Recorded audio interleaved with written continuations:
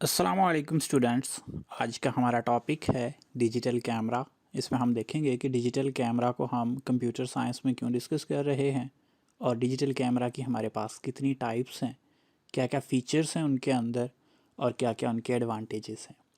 अगर हम बात करें डिजिटल कैमरा की, तो डिजिटल कैमरा हमारे पास एज इनपुट डिवाइस काम करता है। जिस तरह हमारे पास माउस और कीबोर्ड इनपुट डिवाइस के तौर पे काम करते हैं, इसी तरह से डिजिटल कैमरा भी एक इनपुट डिवाइस के तौर पे काम करता है। डिजिटल कैमरा बेसिकली कुछ पिक्चर्स को कैप्चर करता है और उनको सेव रखता है अपने पास एज डिजिटल इमेजेस। अब ये डिजिटल इमेजेस मेमोरी कार्ड के ऊपर सेव होती हैं और मेमोरी कार्ड की मदद से ये इमेजेस कंप्यूटर को ट्रांसफ़र की जा सकती हैं। इस तरह से डिजिटल कैमरा जो इमेजेस कैप्चर करता है वो बहुत ही इनएक्सपेंसिव होती हैं और बहुत ज़्यादा अमाउंट में या बहुत ज़्यादा रेंज के अंदर डिजिटल इमेजेस कैप्चर की जा सकती हैं। इस तरह से ये इमेजेस कंप्यूटर को एज इनपुट दी जाती हैं। अगर हम बात करें डिजिटल कैमरा के अंदर इमेजेस की क्वालिटी की, तो इमेजेस की क्वालिटी डिपेंड करती है हमारे पास रेजोल्यूशन पे। रेजोल्यूशन डिटरमिन करती है कि कोई पिक्चर या कोई इमेज कितनी शार्प होगी। नॉर्मली रेजोल्यूशन को पिक्सल पर इंच कंसिडर किया जाता है कि हमारे पास 1 इंच के अंदर कितने पिक्सल्स हैं, लेकिन कैमरा के अंदर रेजोल्यूशन थोड़ी सी डिफरेंट होती है। कैमरा के अंदर जब कोई पिक्चर बनती है तो उस पिक्चर के अंदर जो टोटल नंबर ऑफ़ पिक्सल्स होते हैं वो उस कैमरा की रेजोल्यूशन कहलाती है या उस पिक्चर की रेजोल्यूशन कहलाती है। और कैमरा की जो रेजोल्यूशन होती है उसको हम मेगापिक्सल के अंदर मेजर करते हैं।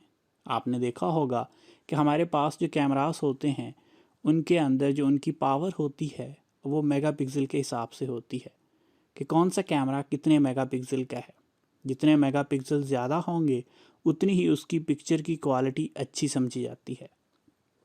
अब ये मेगापिक्सल किस तरह से बनते हैं उसको अंडरस्टैंड करने के लिए हम इस कैलकुलेशन को देख सकते हैं। हमारे पास यहाँ पर एक कैलकुलेशन दी गई है। यहाँ पे हमारे पास जो 1216 बाय 912 है, ये टोटल नंबर ऑफ़ पिक्सल्स हैं किसी एक इमेज के, जिसमें 1216 उसकी जो विड्थ है उसके पिक्सल्स हैं और 912 उसकी जो हाइट है उसके नंबर ऑफ़ पिक्सल्स हैं। अगर हम इन विड्थ के पिक्सल्स को मल्टीप्लाई करें हाइट के पिक्सल्स के साथ, तो हमारे पास जो टोटल नंबर ऑफ़ पिक्सल्स आते हैं वो 1 मिलियन से कुछ ज़्यादा हैं। सो हमारे पास 1 मिलियन का मतलब है 1 मेगापिक्सल। इस तरह से आप किसी भी इमेज की रेजोल्यूशन को जब कैलकुलेट करते हैं तो वो जितने मिलियन टोटल पिक्सल्स बनेंगे उतने ही मेगापिक्सल का वो कैमरा होगा। मिसाल के तौर पे अगर आपके पास यहाँ पे कोई रेजोल्यूशन होती, जिस तरह यहाँ पे हमारे पास विड्थ और हाइट के नंबर ऑफ़ पिक्सल्स दिए गए हैं, इसी तरह से आपको विड्थ और हाइट के नंबर ऑफ़ पिक्सल्स दिए गए होते, आप उनको मल्टीप्लाई करते और आंसर में हमारे पास जो वैल्यू आती वो 5 मिलियन आती। तो आप कहते कि इस कैमरा की जो स्ट्रेंथ है या जो पावर है वो 5 मेगापिक्सल है। इसी तरह से हमारे पास जितने भी डिफरेंट कैमरास हैं उनके जो मेगापिक्सल्स होते हैं उसका मतलब ये होता है कि वो एक पिक्चर के अंदर इतने मिलियन पिक्सल्स जो हैं वो बना सकते हैं या क्रिएट कर सकते हैं। और हमारे पास मोबाइल फ़ोन्स के अंदर भी जो कैमरास यूज़ होते हैं उनकी पावर को भी हम मेगापिक्सल से ही मेजर करते हैं। अब जो लेटेस्ट मोबाइल फ़ोन्स आ रहे हैं उनमें हमारे पास जो मेगापिक्सल्स शो किए जाते हैं वो सॉफ्टवेयर से मैनिपुलेट किए जाते हैं, यानी कि उनके अंदर जो मेगापिक्सल्स होते हैं एक्चुअली लेंस उससे कम मेगापिक्सल का लगा होता है, लेकिन सॉफ्टवेयर की मदद से उन पिक्सल्स की तादाद को बढ़ाया जाता है। वो कैसे होता है वो भी हम देखते हैं। अब मेगापिक्सल के कॉन्सेप्ट को अंडरस्टैंड करने के लिए हमारे पास यहाँ पे एक इमेज है, ब्लैंक वाइट इमेज। अब लेट्स सपोज कि हम इसके ऊपर कुछ ड्रॉ करते हैं। यहाँ पे आप देख सकते हैं कि जैसे ही मैं एक रेक्टेंगल ड्रॉ करता हूँ तो राइट बॉटम कॉर्नर के ऊपर इसकी विड्थ में मुझे कुछ नंबर ऑफ़ पिक्सल्स दिए गए हैं और इसी तरह से इसकी हाइट में भी कुछ नंबर ऑफ़ पिक्सल्स दिए गए हैं। सो लेट्स सपोज मेरे पास यहाँ पे जो विड्थ के नंबर ऑफ़ पिक्सल्स हैं वो 1499 है या 1501 है। इसी तरह से मेरे पास जो हाइट के नंबर ऑफ़ पिक्सल्स हैं वो 665 हैं। यानी कि ये जो रेक्टेंगल मैंने ड्रॉ की है इसमें विड्थ के अंदर जो नंबर ऑफ़ पिक्सल्स हैं वो 1501 है और हाइट के अंदर जो नंबर ऑफ़ पिक्सल्स हैं वो 665 हैं। सो अब अगर मैंने मालूम करना हो कि ये कितने मेगापिक्सल की इमेज बनेगी तो मैं सिंपली इन विड्थ के नंबर ऑफ़ पिक्सल्स को हाइट के नंबर ऑफ़ पिक्सल से मल्टीप्लाई करूँगा। जितने मिलियन मेरे पास आएंगे उतने मेगापिक्सल की ये इमेज बनेगी, यानी कि उतने मिलियन पिक्सल्स इस रेक्टेंगल के अंदर मेरे पास होंगे। अब पिक्सल्स कैसे नज़र आते हैं, उसके लिए हमें इस तस्वीर को, इस इमेज को जूम करना पड़ेगा। अगर हम इस इमेज को जूम करते हैं, इनिशियली तो हमें पिक्सल्स नज़र नहीं आएंगे, लेकिन अगर हम किसी एक स्पेसिफिक लेवल तक इसको जूम करते हैं तो आहिस्ता आहिस्ता हमें पिक्सल्स नज़र आना शुरू हो जाते हैं। अब यहाँ पे आप क्लियरली देख सकते हैं कि हमारे पास ये जो रेक्टेंगल बनी है ये डिफरेंट छोटे छोटे पिक्सल से बनी है। अब पिक्सल्स क्या होता है? पिक्सल बेसिकली हमारे पास एक पिक्चर एलिमेंट है, इसी से पिक्सल बना है। ये एक स्क्वायर होता है जिससे हमारे पास कोई एक इमेज बनती है। सो ये बेसिक एलिमेंट है किसी भी इमेज का। वो रेक्टेंगल जो आपको प्योर रेक्टेंगल नज़र आ रही थी, अब हम इसको जब जूम करके देखते हैं तो हमें पता चलता है कि ये रेक्टेंगल हकीकत में बहुत छोटे छोटे पिक्सल से मिलकर बनी है। हर एक पिक्सल के अंदर हमारे पास सिर्फ एक ही कलर आ सकता है। अब वो जो आपने शुरू में देखा था कि हमारे पास 1501 मल्टीप्लाई बाय 665 पिक्सल्स थे, तो उनको अगर हम मल्टीप्लाई करें तो ये टोटल नंबर ऑफ़ पिक्सल्स हमारे पास आते हैं, यानी कि इतने पिक्सल से मिलकर हमारे पास ये पिक्चर बनी है।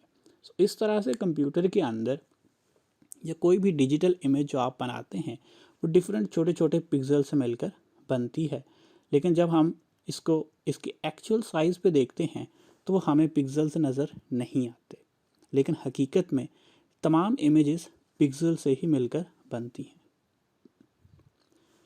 उसके बाद है हमारे पास टाइप्स ऑफ डिजिटल कैमरास, कि हमारे पास डिजिटल कैमरा की कितनी टाइप्स हैं। वैसे तो बहुत सी टाइप्स हैं, लेकिन कुछ चंद एक हम यहाँ पर डिस्कस करते हैं जो मोस्टली यूज़ की जाती हैं। जिसमें सबसे पहले हमारे पास है पॉइंट एंड शूट कैमरा, उसके बाद है ब्रिज कैमरा, तीसरे नंबर पे है हमारे पास DSLR और चौथे नंबर पे है हमारे पास डिजिटल रेंज फाइंडर्स। हर एक टाइप के डिफरेंट पर्पसेस हैं, डिफरेंट फीचर्स हैं हर एक कैमरा के अंदर और इनकी डिफरेंट क्वालिटीज़ हैं। अगर हम बात करें पॉइंट एंड शूट कैमरा की, तो पॉइंट एंड शूट कैमरा का जो मेजर एडवांटेज है वो है इसका कम्पैक्ट होना और सिंपल होना। ये बहुत ही सिंपल कैमरा है, लो प्राइस है और लो प्राइस होने की वजह से इसके अंदर जो फीचर्स हैं वो भी बहुत कम हैं। लेकिन इसका जो फ़ायदा है वो ये है कि ये बहुत सिंपल है और इजीली इसको कैरी किया जा सकता है। लेकिन उसके साथ जो डिसएडवांटेज आता है वो ये है कि इससे जो पिक्चर बनती है वो बहुत ही लो क्वालिटी की होती है। उसके बाद हमारे पास ब्रिज कैमरा है। ब्रिज कैमरा कॉम्पैक्ट कैमरा से साइज़ में लार्ज होता है, लेकिन इसके अंदर जो लेंस होता है वो फिक्स होता है, यानी उसको चेंज नहीं किया जा सकता। लेकिन इसकी जो क्वालिटी है उसमें ये है कि ये बहुत हाई लेवल तक जूमिंग का फीचर प्रोवाइड करता है और इसमें इमेज स्टेबलाइजेशन भी मौजूद होता है। इमेज स्टेबलाइजेशन का मतलब ये है कि अगर आप किसी मूविंग इमेज को भी कैप्चर करते हैं तो वो भी ठीक तरह से कैप्चर हो जाएगी। उसके बाद हमारे पास DSLR है।